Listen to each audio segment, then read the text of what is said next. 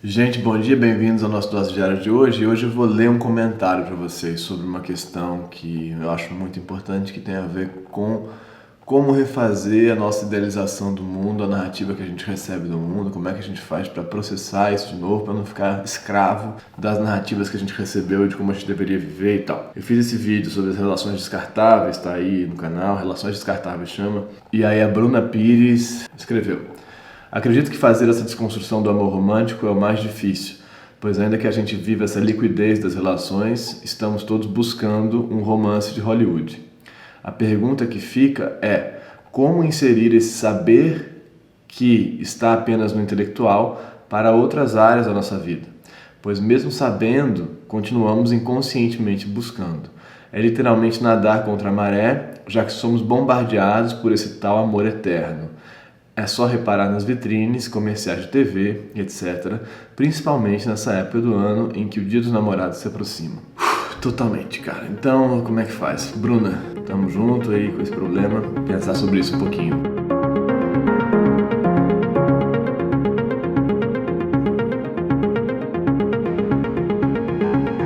Ontem eu e o Flo fizemos uma entrevista num podcast, um negócio, sobre o amor romântico. Já que a gente está falando muito sobre isso, acaba que as pessoas demandam isso, né? Então, normal. Uma das questões era se era possível construir outros paradigmas, assim, porque a gente está tentando desconstruir isso, mas a gente continua recebendo isso como modelo, e aí a gente vai fatalmente desejar isso. Enquanto você recebe uma coisa que é o que te diz você vai ser feliz assim, você vai continuar desejando aquela coisa para que você seja feliz daquele jeito, né? Não tem muito jeito. Então, obviamente, tem uma relação, uma correlação, pelo menos, entre o que a gente sente, os nossos afetos e as narrativas que a gente recebe. Eu não consigo nem dizer o que causa o que. Assim, não, a narrativa amorosa romântica causa o que a gente experimenta como o amor romântico, ou o amor que a gente experimenta causa a narrativa Tostines, né? O que é o que?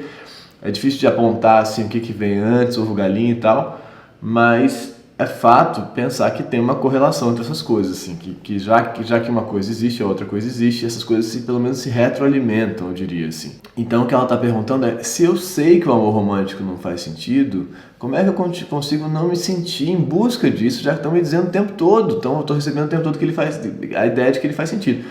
E aí, primeiro eu disse, que foi o que eu respondi ontem, que a gente tem que produzir outras narrativas e outros modelos, entendeu? Isso é muito difícil de fazer, mas a gente tem que conseguir produzir outras narrativas amorosas, outras histórias de amor, diferentes, imperfeitas, falhas, que acabam, que mesmo que desejem durar para sempre, que é o Vinícius de Moraes lá, elas saibam que elas acabam, assim, entendeu? Então, não é que você já entra na relação num princípio realista de falar, não, eu sei que isso aqui não vai, ou que é o pessimista, que seja, que eu sei que isso aqui vai acabar e tal.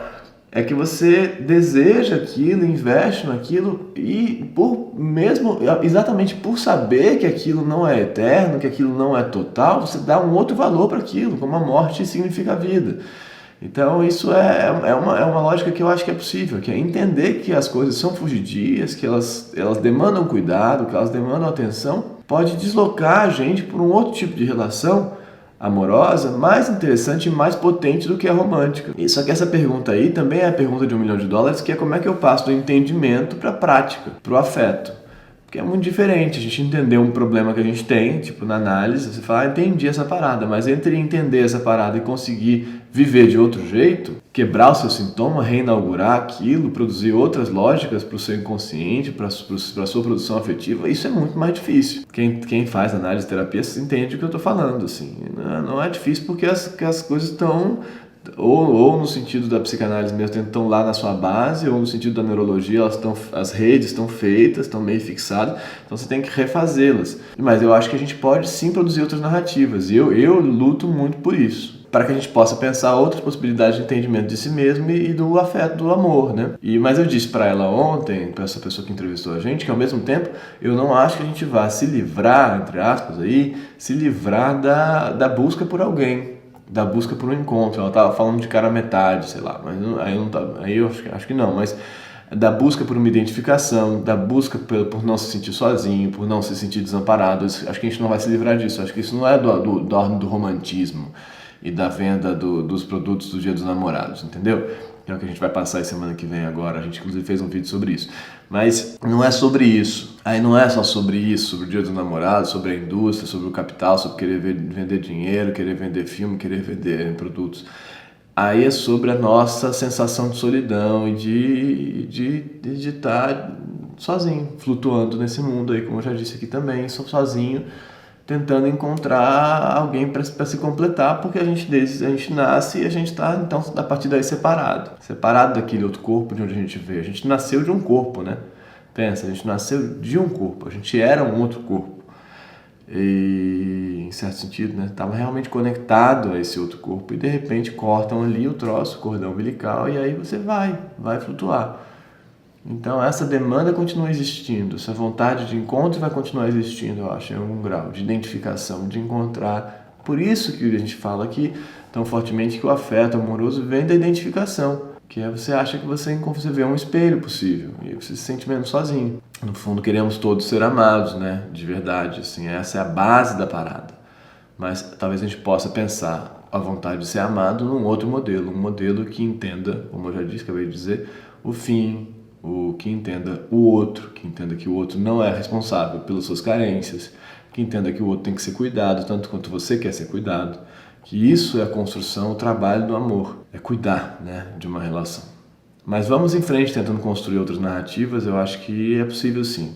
Vai dar trabalho, não é no nosso tempo, não é no tempo que a gente, não é no tempo, as coisas acontecem não no tempo do nosso desejo, né? Elas acontecem no tempo que elas acontecem e não da maneira que desejamos, elas acontecem como elas acontecem. A gente pode sim interferir nisso, eu acho, a gente pode fazer alterações do futuro, de acordo com a nossa atuação no presente, né?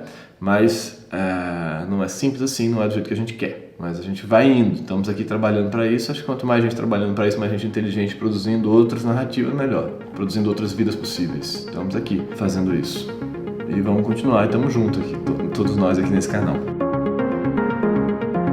Muito obrigado, se inscreve aí no canal, comenta esse vídeo, compartilha, curte, manda ele para alguém aí que está tentando se desfazer da narrativa romântica e está sofrendo com isso, comenta aí embaixo e lê os comentários, como eu falo sempre, lê os comentários que eles são melhores do que eu estou falando, eles têm muita coisa muito legal para se entender, tá bom? O que mais? Era isso, até amanhã. Amanhã eu estou de volta com outra pergunta, amanhã sobre diferenciação na relação.